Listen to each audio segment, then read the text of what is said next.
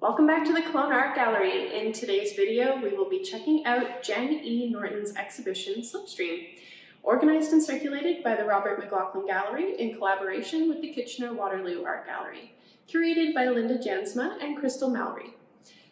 Guelph-based artist Jenn E Norton's immersive installation entitled Slipstream fills our Reynolds Gallery here at the Kelowna Art Gallery and is one of our most recently installed exhibitions. In this installation, we'll find 6 reflective monitors placed in a ring facing the viewer, positioned in the middle of the circle. A dancing figure draped in silk dances across the screens, moving between monitors and reflecting off of one another to create an infinite space that's shared between the viewer and the dancer. We had the chance to speak with the artist herself, Jenn E Norton, and asked her some questions, which you will hear while we take you on a little visual tour of the show. Let's go have a look.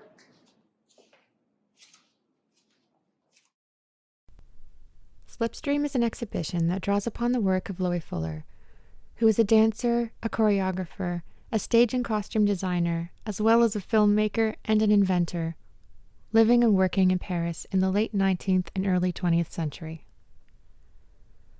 Upon entering a darkened gallery space, the viewer is encountered with 6 flat screens, arranged in a hexagonal configuration.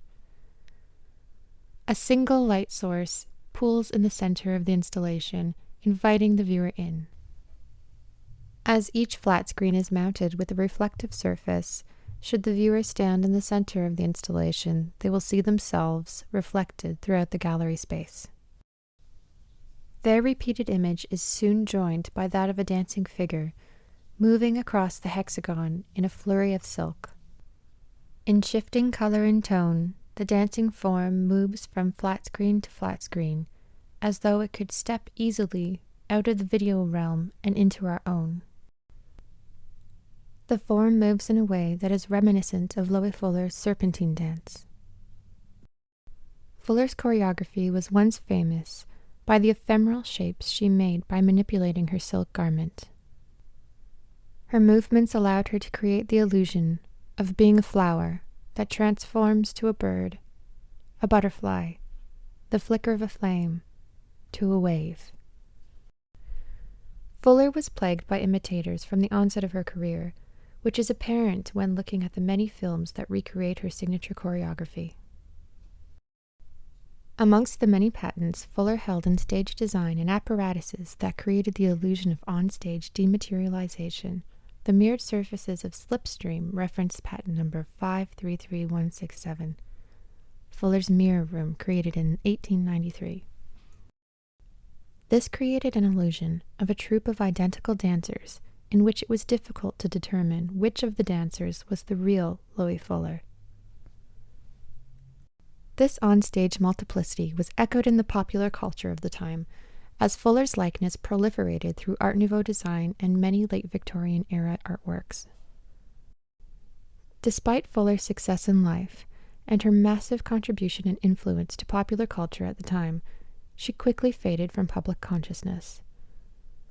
This disappearance from public memory, her illusionary techniques of dematerialization, and the many imitators that stood in for Fuller in the filmic relics of the 19th and 20th century, as well as here in Slipstream, were all contributing factors that led to my decision to remove the body of the dancer from Slipstream in post-production.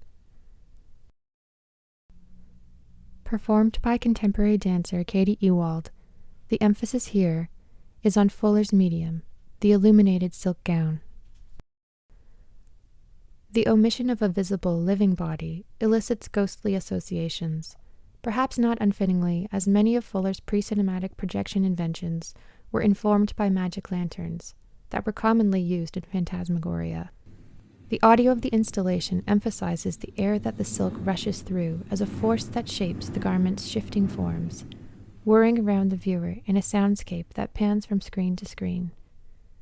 Fuller's movement through the monitors reflects this elusive yet far-reaching influence that had become part of the cultural fabric of the era, as a fleeting form, an apparition. I use all kinds of different materials in my artwork. Sometimes it's new technologies, at other times it's antiquated ones, and often it's a combination of both. It really depends upon what the project is and what the concept necessitates. I've used motors, sensors, solenoids. Sometimes I use discarded appliances or even garbage to assemble within a larger kinetic sculpture. In Slipstream, I really wanted to use materials that would reflect Louis Fuller's aesthetic. She eschewed the conventions of dance performance and production of that time. In lieu of scenery, she had a darkened stage. In lieu of a classic narrative, she allowed the metamorphic form of her choreography to drive the production forward. She brought dance into a conceptual realm that had not yet been seen. I really didn't know that I wanted to be an artist when I was a child. I just knew that I loved making things, and I drew on everything, all through my textbooks. Every project, regardless of the subject, somehow became a painting or a drawing or a video or a story. It wasn't until I was a teenager and was feeling like a complete misfit and not knowing what I wanted to do with my life. But after a trip to the AGO where I saw several works that really resonated with me, particularly Otto Dix paintings for some reason, I realized that there was potentially a career that I was already working towards. And that concludes our video tour of Jenn E Norton's exhibition, Slipstream. Thank you so much for joining us here at the Kelowna Art Gallery. Don't forget to check out our website, kelownaartgallery.com, to find out more about our current exhibitions. Make sure to check us out on social media.